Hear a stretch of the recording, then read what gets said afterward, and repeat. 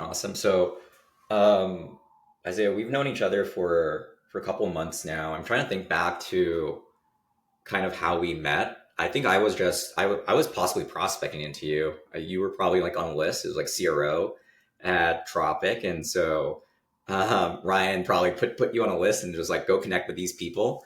And I think I just started commenting on your post.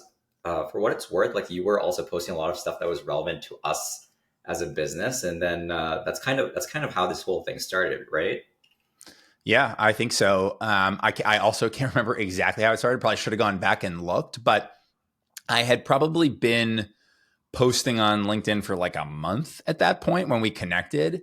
And I think I was like looking for people to chat with and be like, how can I like learn more about this? And you were like, oh, I like want to have that conversation. And then we started talking and I was like, oh, he's been like super in this space. I didn't know anything about your business at that point. The business was in this space. And I think we just started talking. And yeah, like I think that's the background. I think we had like, because ultimately now like we've done a little bit of work together, consulting work together, but I think we'd probably had like 5 conversations before that ever happened, just like sharing ideas, sales training stuff. I was thinking about maybe starting a SaaS company at that point. I was picking your brain on that. So yeah, I think that's the background. Have you met a lot of people that way? Like has your network grown meaningfully just from now? Like My entire network is through LinkedIn because think about it, right? So I used to be an engineer, a product manager. I was in big tech at Google.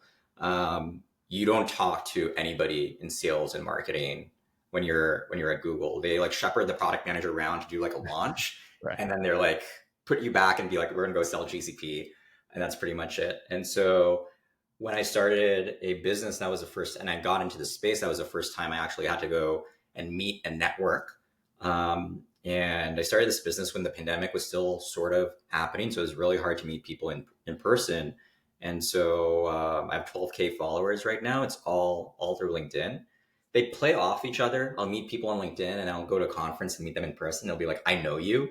In the same way, we've never physically met, even though we're not too Oh, far crazy. from each other.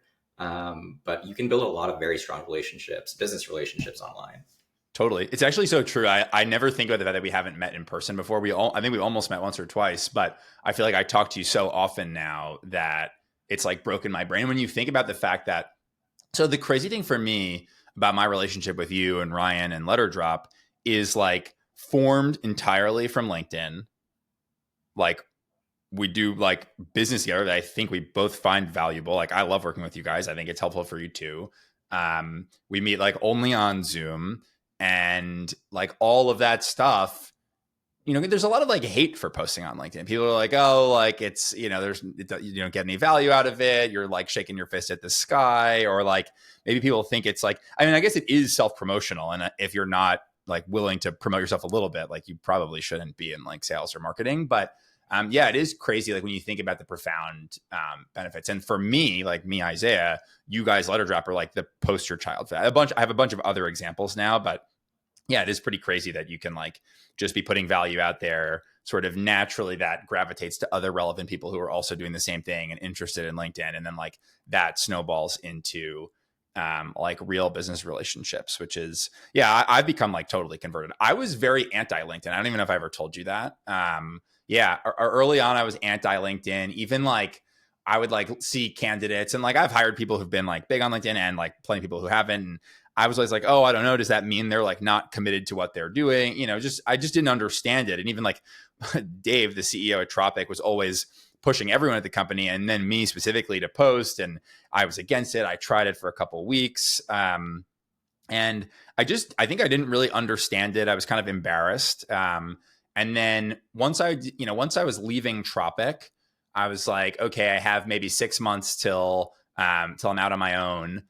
If there were ever a time to like think about building a personal brand, because I knew I was leaving in early April. I had agreed to stay through the end of September. We found somebody earlier, so I was able to leave a bit earlier. But yeah, I was like, all right, I better start building, a personal brand. I think there's like only upside for me. And I started doing it. And yeah, I mean, it took only a month or two, I think, to meet you. And then now I've been maybe doing it for 6 months or a little bit longer, something like that.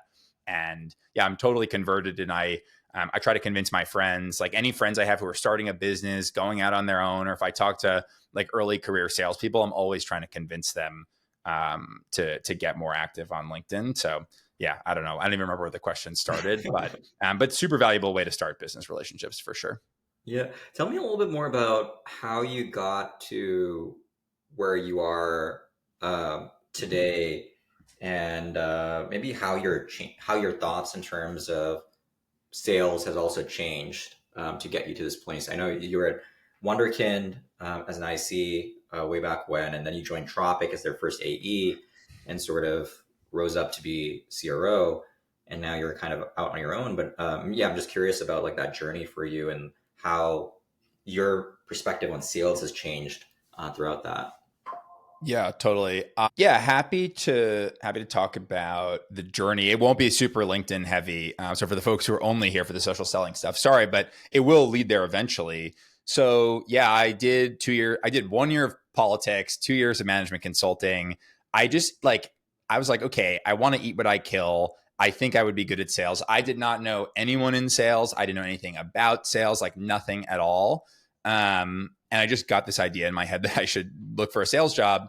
And I found Wonderkind, and they back then BounceX hired a lot of former management consultants. And so I was able to sort of like worm my way in there, almost didn't get that job, like push my way through that process and really like learned how to sell at a very fundamental level. They had amazing training, very small team, but a lot of talented people on that team. So I learned a ton there, and I met the two founders of Tropic. And so I almost left Wonderkind before COVID. They were like, come on, like stay 1 more year. Nobody obviously knew COVID was coming. Turned out to be a good thing that I stayed because had a good solid job during that period. And then Dave, the CEO, founder, co-founder at Tropic, hit me up and was like, hey, we're looking for essentially our first sales hire.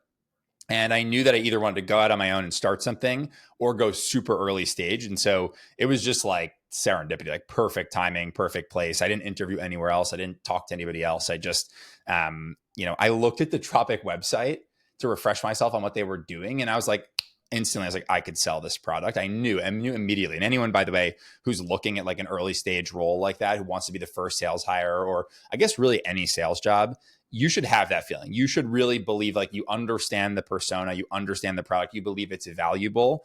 Me, I was just certain I could sell it. And then like when we got into the mocks and the interview process and everything, I was like, okay, I'm going to really enjoy this. And I think I can be successful here. And so, yeah, basically first AE, got promoted in 5 months to run the team. Dave basically was like, if you want it, it's yours. And I care a lot about learning and growing and all that stuff. And I didn't think at that tiny stage we were going to be able to get somebody that I could really learn from. And I'd gone there to try and learn from Dave, who's a really talented salesperson. And so, yeah, took over the team. It was an amazing ride. I loved running that team. Super fun, hired awesome people, learned a ton. And then, yeah, went out on my own in July, thought about building a SaaS company, decided to not do that for a variety of reasons, kind of fell backwards into consulting, both with you guys and through some VCs that I know, well, investors in Wonderkind and then investors in Tropic, started referring early stage startups to me, wanting to go on that same journey that Tropic went on. And I started working with those companies. And I've actually really started to enjoy that work. So I don't know what next year will bring. I might continue with the consulting game, might, actually start something in earnest. We'll see. But yeah, that's where things stand now. Amazing. And so it sounds like towards the tail end of Tropic, you really started thinking, okay, like I need to kind of like stand on my own. I need to build this brand for whatever it is you wanted to do next. And tell me what that's done for you so far. Like it's been 6 months now. Yeah, I mean, I have never been like a good networker, honestly. Like my network is narrow, not broad. I would say deep. Like the people that I'm close with, I'm super close with.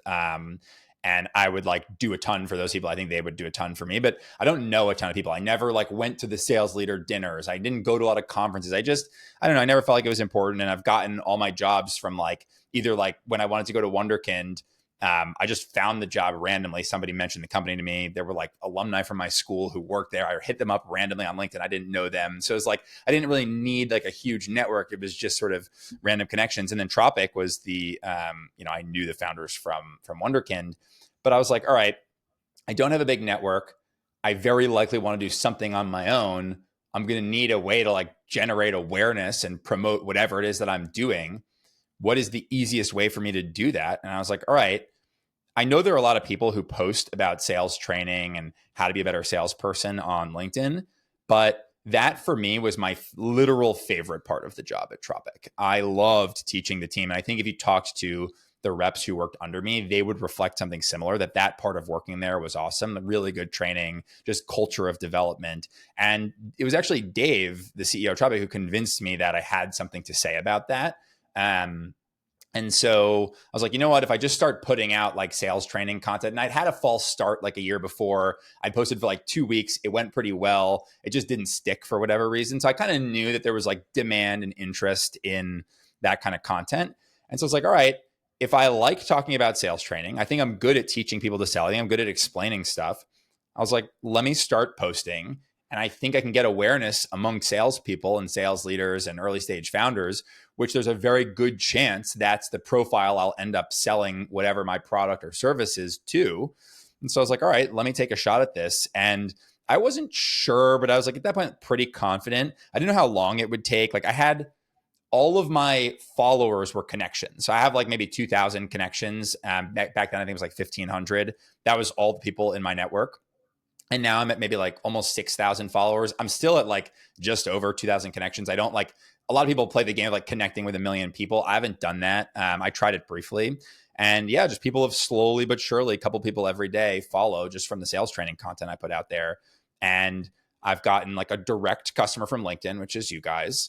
And then I am 100% sure that basically all of the other consulting business that's been referred to me has been because the people that are referring those clients to me, who I know, they're people in my network, they're seeing me on LinkedIn. I'm marketing to them. It's like they're on my email list and I'm contacting them over and over again via LinkedIn. And they're like, oh yeah, Isaiah does know about like sales. He is like smart about sales training. He does have something to say here. He does have relevant experience. And then I'm just top of mind and they hit me up. And so, yeah, like I was fairly confident, but not certain that it would have that effect. And it has, and probably faster than I expected it to.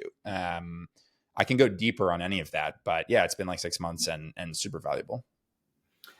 I think something you mentioned that was interesting here was you found this niche that you were really good at, and you felt like there was also this latent demand for it, and so you started putting stuff out, and you got this flywheel going. Um, do you feel like everybody or more people can probably like build this than, because I think a lot of people just think like I can't do that. They look at that and they're like, hey, that's not me, or I can't do that. What are your thoughts on that? Well, I think it depends what kind of content you want to put out there and what your goal is. I think most salespeople, like if I were an AE today, if I went back in time and I had like a, relatively small territory, 100, 200 accounts, I think that if I didn't feel like I could put out content about the thing that those accounts cared about fairly consistently, like once or twice a week, maybe 3 times a week, like how would I be able to sell to those people? Like if I can't talk convincingly about their problems, potential solutions, what they care about, what they go through, what their role is, like, am I really ready to sell to them? So I think it's intimidating. It's a little scary. You're like, oh, my friends are going to see these posts. Like my family's going to see these. Are they going to judge me? But the reality is like, I've sold 2 products, a MarTech product at Wonderkind and a, procurement/finance product at Tropic. And I personally think that I could post convincingly about both of those topics. 1. 2, I think most of the AEs at both of those companies and a lot of other people at those companies could post convincingly about those topics. And 3, I think the act of posting and trying to do it actually turns you into a better communicator on those topics. Like for me, every time when I first started teaching my team to sell back at Tropic, when I took over the team in the summer of 2021, as I started to teach the team how to sell, which I'd never really done before, I immediately got so much better. Like every time I led a training on discovery, negotiation, demos, whatever it was, I was like, shoot, I understand discovery way better from having to write about it. And the same is true now. Now that I'm writing about sales training way more consistently, I think I've gotten way better at understanding how to sell, at teaching people how to sell, at just the problems that salespeople have. And I think the same is true whatever you're posting about. So if you're selling to procurement and you know, have a year of experience as an AE and your company has good enablement for you, you've been able to learn about procurement, you've watched calls from the best reps on your team, you've talked to a lot of procurement experts, you probably talk to 5 a day in your customers, you're probably qualified to post about that in a way that's compelling. So that's a very long answer to probably a simple question. But yeah, I think it's scary, but I totally think that most people could post legitimate value on LinkedIn. I don't mean fluff, like real valuable content on LinkedIn. And I Well, think, do you agree with that? Like, what do you? I mean, oh yeah, you're like your letter drops product helps people with the posting. So like some people might say, oh, you guys are like making it easy to post. Maybe you don't believe they could do it on their own. Like I don't know. Like in some cases, sure you can use a tool. In other cases, you can do it on your own. Like I think in all cases, tools just make things easier, takes less time. But like, what's your take? Like, do you think most people can post convincingly in any industry, or what's like? I kind of ask you the same question you asked me. I think most good salespeople could post or should be able to post about topics that are relevant to their buyers in their industry. Um, I also think there's probably a lot of bad salespeople out there who can't do that, and then they have a more fundamental issue where they don't understand their buyer or their problems deeply enough. They're going through some sort of motion that they've been trained on, but they haven't gone a level deeper, and they don't have that business acumen to truly like understand like, okay, like where are these people, like why are they even talking to me, like why are they purchasing from me. Right. That's a fair point that like most salespeople who can consistently close deals and hit their number should have something to say. If there's something like fundamental with that rep where they're still learning or it's not the right job for them or they don't have the skills, whatever it is, if they're not going to be able to close deals, then yes, probably that person also not ready. I think that's a good carve out.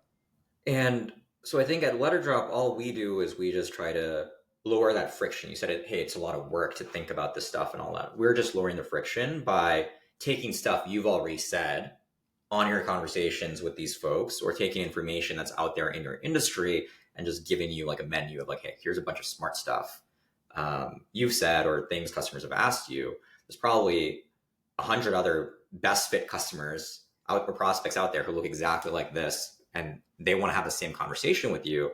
Why hide it on this one Zoom call? And why not take that and turn that into an asset that you can share with more people, builds trust with more buying committees out there, gets more prospects aware of you coming in, building more trust, helps the champion you're talking to right now actually gives them an asset to share with others as well.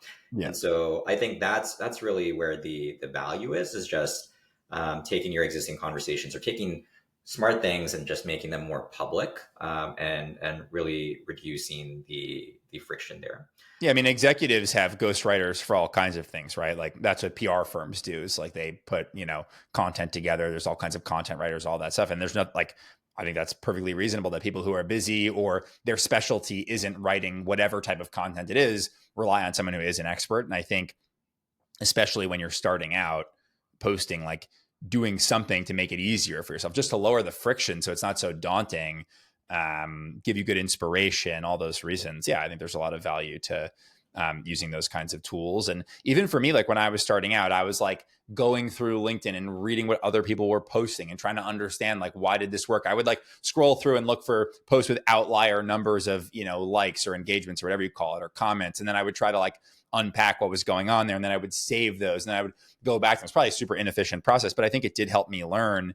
And I know you guys obviously use AI in the platform to, make it easier for people. I use ChatGPT all the time just to bounce ideas around. Like I never write the post outright with ChatGPT, but I might be like, this is the like rough outline. These are the bullets of what I want to post about. Like, what are some potential hooks I could use? And just to get ideas. And then again, I don't always necessarily use them. I often edit it a little bit. But yeah, I think like having help to make it easier, that's one of the biggest probably recommendations I would have for people. And kind of back to the main question of like, do most people have something to say? It's like, certainly if you have help, you do. Like the number of excuses to not do it is definitely going down. I think along that line of reasoning, a lot of people ask themselves, like, you have a limited time in a week. I think the most effective salespeople are actually like very good at time management. They know which deals to chase. They know which ones to like disqualify early. They know what type of activity they should be spending their time on. And so I think there's this question of why this? Like, where does this activity fall under the list of a million other things you can be doing? Is this like sufficiently high leverage that I should be doing it versus, I don't know, spending the same like hour or so per week cold calling or going through my close loss deals or like any number of other things you could be doing? Yeah, I think when it comes to time management, and I think the question is basically like, does it actually make sense for salespeople to post on LinkedIn and to like go through the trouble of learning how to do it and just commit, yeah, the hour a week to sort of working the machine? I think it really is like total no regrets, total no brainer. And I'll explain like my argument and the argument that I would make. Like I've made to friends, people who are starting companies who've started posting on LinkedIn and already have said to me like, wow, this is super valuable. And the argument is basically like, however many companies you have in your territory or you want to target, there are some number of people there. Like I said before, like 200 companies. Let's say there are 5 people each of those companies. That's 1,000 people that you would love to meet with. And those 1,000 people, you can call them, you can email them, you can get an intro to them, you can wait for marketing to connect you with them, for them to come inbound, like a couple other things. But like by and large, those are the options. And if you're the salesperson, you can mostly control cold calling and cold emailing. Those are the two scalable things you can do. Like if you need more pipeline, you can make more calls, you can send more emails. You can't necessarily get more referrals or whatever. And you can't necessarily get marketing to get you more pipeline. And what LinkedIn does, I think, is creates just like an actual third channel that you can grow meaningfully. You can do more LinkedIn to get more pipeline. And the way that I explain it to people, or the way that I think it works, is LinkedIn, your connections, they're kind of like an email list, right? If you were like a single person business, which kind of I am, and I think a lot of salespeople are, you get people on this email list or you have LinkedIn connections. Those are people who are seeing your content, right? If someone subscribes to your email list, you send an email, some percentage of them see that email. If you're connected with someone on LinkedIn and you post, some percentage of those people see your posts. And the crazy thing about LinkedIn versus even adding someone to an email list, it's much easier to get somebody to connect with you on LinkedIn, get them on your list, than it is to get them to sign up for an actual email newsletter, right? If I send you, Parthi, a connection request, there's like a 40% chance, I think it is, that you'll accept that connection request. Just a blank connection request, like 4 in 10 chance that the recipient will accept that. Now they're on your list. Now when you start posting, they're seeing that. And so the two things you can do to control like the generation of more pipeline, or maybe 3 things you can do, are connect with more people, post more, and then like farm those engagements, right? So if we, again, back to my 1,000 people, if I connect with all 1,000 of them, like 15 requests a day, however many days that takes, 20 requests a day, maybe it's like 50 days, something like that, to connect with all those folks. And then I can keep trying, withdraw them, connect again, withdraw them, connect again. Slowly but surely, you're building up this list of every company you want to sell to. Now you're putting out valuable content. The people you want to be meeting with are seeing that content from you. They're familiar with your name, your brand, the problems that you guys solve, the value that you deliver, things other customers have said about you. You're posting all this stuff, letting them come to their own conclusion about you. And as they engage with you, you can reach out to them. You can still email them. You can call them. All the other channels are now more effective. If you know my name and I send you a cold email, you're like 50% or 100% more likely to respond to that cold email just because you recognize my name in your inbox. And so It's it's like, actually yeah, 13x. We know that number from like 13x. yeah, our I internal mean, numbers. that's crazy. Like that seems very high, but like let's just pretend it was a 50% increase. Like every time you send a cold email, if you had a 50% increase, 50% chance of getting a reply just because you've been spending an hour a week posting on LinkedIn, like how is that not a no-brainer? Think about all the emails you send, all the calls you make. Totally no regrets. And yeah, I mean, for me, it's just like, okay, do you really want to make that incremental cold call? Like you make an hour of calls, how many connects do you get? Like 1 or 2 if you're lucky. And then like what are the odds you convert that to a meeting versus you could send out a LinkedIn post in 10 minutes or 5 minutes that reaches 300 of your most perfect prospects. I just think it's no brainer. All you have to do every day, connect with like 15 or 20 people, post something valuable, maybe like 2 or 3 days a week, send DMs to the people that actually engage with your content or that you really want to meet with, or engage with their content, or send them emails and calls. So yeah, I think like me, if I were running a sales team today, I would totally have my team active on LinkedIn in the industry, not posting like sales training content. I would have them posting about procurement or MarTech or whatever it was, and actively, I would be using it as account-based marketing for their books of business. And then it has all these follow-on effects too. Like you start posting, and then people in the industry, like let's say you're selling to marketers, and the head of email marketing likes your post because you have some clever thing about subject lines or whatever that work really well. Now everybody in that person's network is seeing it, and there's social proof because they're like, oh, like Bob, the head of email marketing at this great company, likes this thing. Oh, that's from the company that does the subject line work.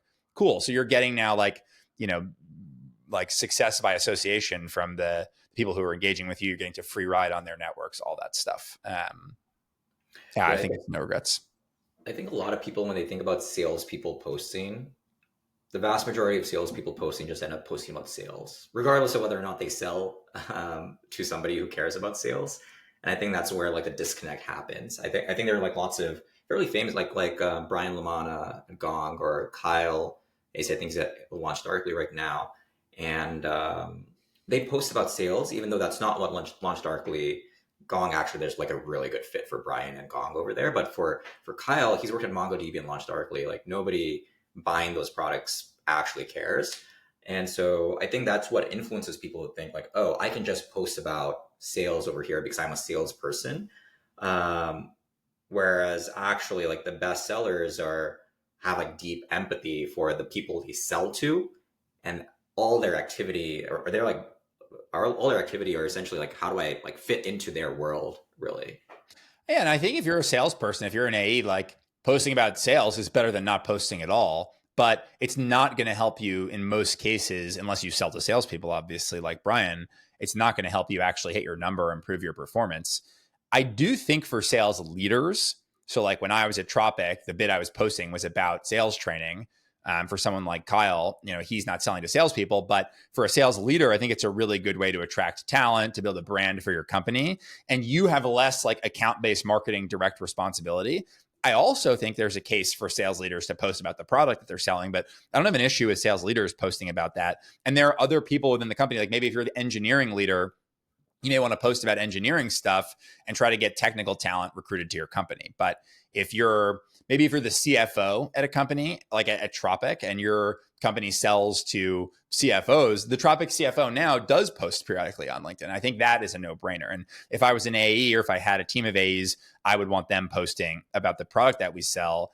And I would teach them to do it because I think it's just a very easy way, again, to work your own book in a low stakes, non-aggressive, non-salesy way that over time snowballs, compounds. You get to harvest that value forever. And then, by the way, if you're an AE, let's say you sell a fintech product, and you start building a brand on LinkedIn. When you leave your company, you've built that asset and you own it now. So like for all the people who are like, oh, I'll never be able to convince my reps to start posting and to do this, it's like, just sell them on the upside. Like what's in it for them, right? You may not stay in fintech after that, but if you do, let's say you get 2,000 followers, right? And half of them are actual people who work in finance at startups, and you change jobs. Having an audience of 1,000 people who maybe they each see one of your posts once every 2 weeks, think about how valuable that is. Like think about trying to send thousands of emails to those people. It's impossible. It gets your emails going to spam. Nobody opens them. Nobody sees them. So there's a ton of personal value for the reps as well. And if you change industries, whatever, like it doesn't matter. You just start over. But if you decide to stay in the same space, you have this huge built-in advantage over people who aren't doing it. So yeah, I think no regrets. Let's talk about, so if I get this right, when you were at Tropic, this was not exactly a play that you guys ran. Nope. So I'm just curious, if you were to like go back to Tropic and think about this, how do you actually go about trying to like get emotion? Like, A, like how do you convince your CEO, everybody, like, hey, like this is an activity that I'm going to get the team to do, and B, how do you actually convince the people on the ground to be like, hey, this is what we should do? and Well, sort of like measure that this is a valuable thing for us to be doing versus everything else we could be doing. I think it's the same way you sell anything. It's like, what is the goal of the organization? And then what challenges are blocking that goal? So it's like, okay, goal, we need to like double our revenue next year. And to do that, we need X amount of pipeline. And then what are the challenges that are potentially blocking that goal? Well, like connect rates are going down on the phone. Open rates and reply rates are going down over email. More messages are landing in spam than ever. So we need to like hit this big revenue growth goal. We need a lot of pipeline to do it. We're probably going to hire more A's. So the pipeline we have is going to be spread amongst them. And all the channels where we're currently getting pipeline are getting worse. And so it's like, all right, if that's the setup, then what can we do? We can make more calls, even though because the connect rates are going down. So we literally have to do more, top of funnel work in order to get the same result. We can send more emails, which actually makes the problem worse, get more spam on and on. Or we can find some sort of new channel. And then you're like, okay, like channel 1 is email, channel 2 is calls. What are the potential new channels? I think like, obviously I'm going to talk about LinkedIn in a second. It's like, okay, you could do like direct mail, but like that is not scalable, probably very expensive if you want to do it at scale. You can go to conferences, like again, not like super easy to scale. There's a finite number. What are the odds you can reach the exact people you want? And so then for me, if I were doing it over, I would just be like, all right, I genuinely think that LinkedIn is just starting. I think it's going to get way better, but is just starting to be a channel you can actually scale. It's like, hey, if we do more work in this channel, more high quality work, we will get better returns. Like if we spend 10 hours a week as a team on this, let's say we get 10 ops a week in the first month or first 3 months, I think those same 10 hours 6 months or a year from now will spit out 30 ops a week because all the value compounds. We're more known, we get better at it. And so yeah, the argument that I would just make is we need to grow. The things that we're currently doing are not going to be sufficient to let us grow. So then what's the next thing? We need to find something new. And I think I could make a very compelling case that LinkedIn is that, because what is cold email? It's putting a message in front of somebody to see if they think it's interesting, what you're doing is interesting or relevant to them. And then if it is, trying to convert that into a meeting. LinkedIn is the exact same thing. It puts a message in front of somebody.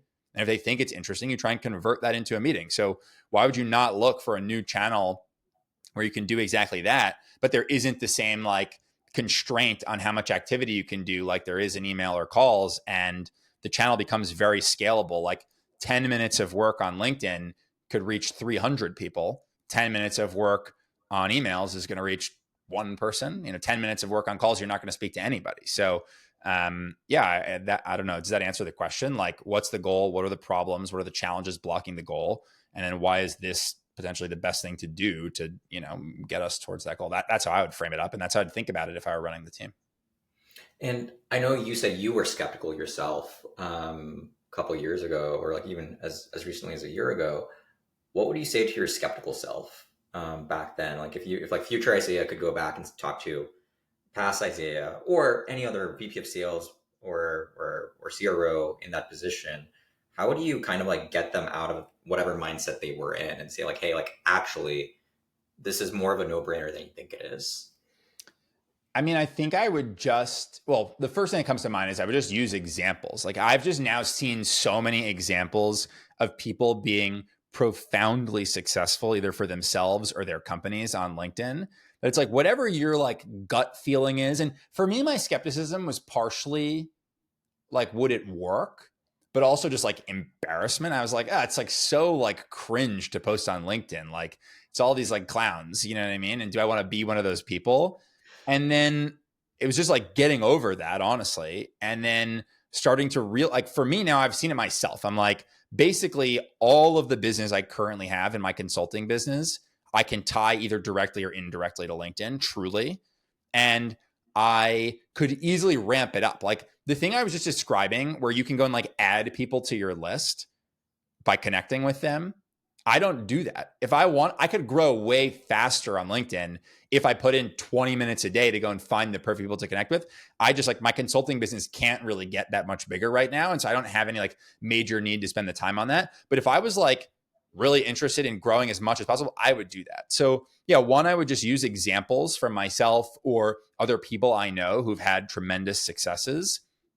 And then I would probably connect like if I was trying to convince somebody, like my CEO, if I went back to Tropic and let's say Dave was not into the idea of LinkedIn, and I wanted to convince him, knowing what I know now, I'd just be like, hey, why don't you have like 2 10-minute conversations with people I know who have seen tremendous success? Like our competitors don't know this. They're not doing this. We can get a legitimate edge over them by doing this. And then I'd probably just like walk them through it really clearly. Like I think things people don't understand are scary to them. And I would just show them like really clearly, like, hey, here's how we're going to do this. Here's how we're going to enable on it. Here's, what we're going to talk about. Here's what the plan is. Here's what the playbook is. Here's why it's going to work. Here are all the conversion rates. Here's the math. If we do this thing, like, okay, next year we want to grow by $10 million. And right now, the current pipeline plan we have will add 7. So we have a $3 million gap basically next year that we don't have yet any way to close. And if we do this thing on LinkedIn based on these metrics and these benchmarks and these conversion rates, we can probably get 1.9 million of that 3 million gap accounted for. And that leaves us with only a $1.1 million gap. And we can go and like spend a bit more on marketing, go to more events, work our networks harder, whatever, buy some new tools to make cold email a bit more effective. And that will close the gap. It would be those things. So social proof, talking them through the process and showing them the numbers, I think would be how I would demonstrate it. Awesome. This was a fun conversation. I know we've known each other for a bit, but I think I'm hearing a lot of this stuff for the first time. So I'm really glad we got to just sit down and like nerd out on it. For anybody listening, if they want to reach out to you or contact you, I know the answer is probably LinkedIn, but how should people find you? Yeah, LinkedIn's great. I basically changed my LinkedIn strategy, I guess, as my last thing I would say on this in this conversation. When I started posting, right before the summer, I was like, oh, I'm going to do all the hacky stuff, really like try and do like tricky hooks in the beginning of my posts and, do all the connecting and all that stuff to grow. And now I'm just like, I just try and post value, like just sales training content. So if you follow me or connect with me on LinkedIn, and you're like relevant to the sales space, I'll accept the connection request. And then you'll get whatever, somewhere between like 3 and 7 posts a week from me about how to be a better salesperson. And if there's some way that, I can be helpful to you or whatever, just DM me once we've connected. And I would love to chat with you. I chat with people randomly all the time.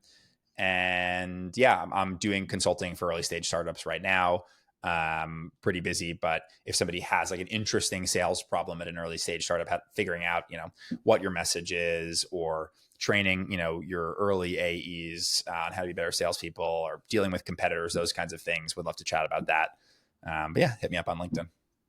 And I'll just throw this in. So we work with Isaiah at Letterdrop, and I've had 3 sales coaches before. One who helped me with like founder-led sales, one who kind of helped us with some like RevOps type stuff, and then Isaiah, who's helped us as we navigated a pivot recently and like gone back to basics. And I will say that Isaiah's by far been the most helpful. I just like the way he thinks about sales and communicating that to people and helping them understand it. So thumbs up for me. Thank you. I didn't come here to get a plug from you, but I appreciate it nonetheless. Yeah, no, it's been fun. I didn't know that I didn't know that I would like the consulting work, but it's actually been a ton of fun, especially like early stage startups. Everybody's so ambitious and scrappy, and you guys more than most. And so it's been a ton of fun working with you guys. And thanks for the kind words. Absolutely. So yeah, cool.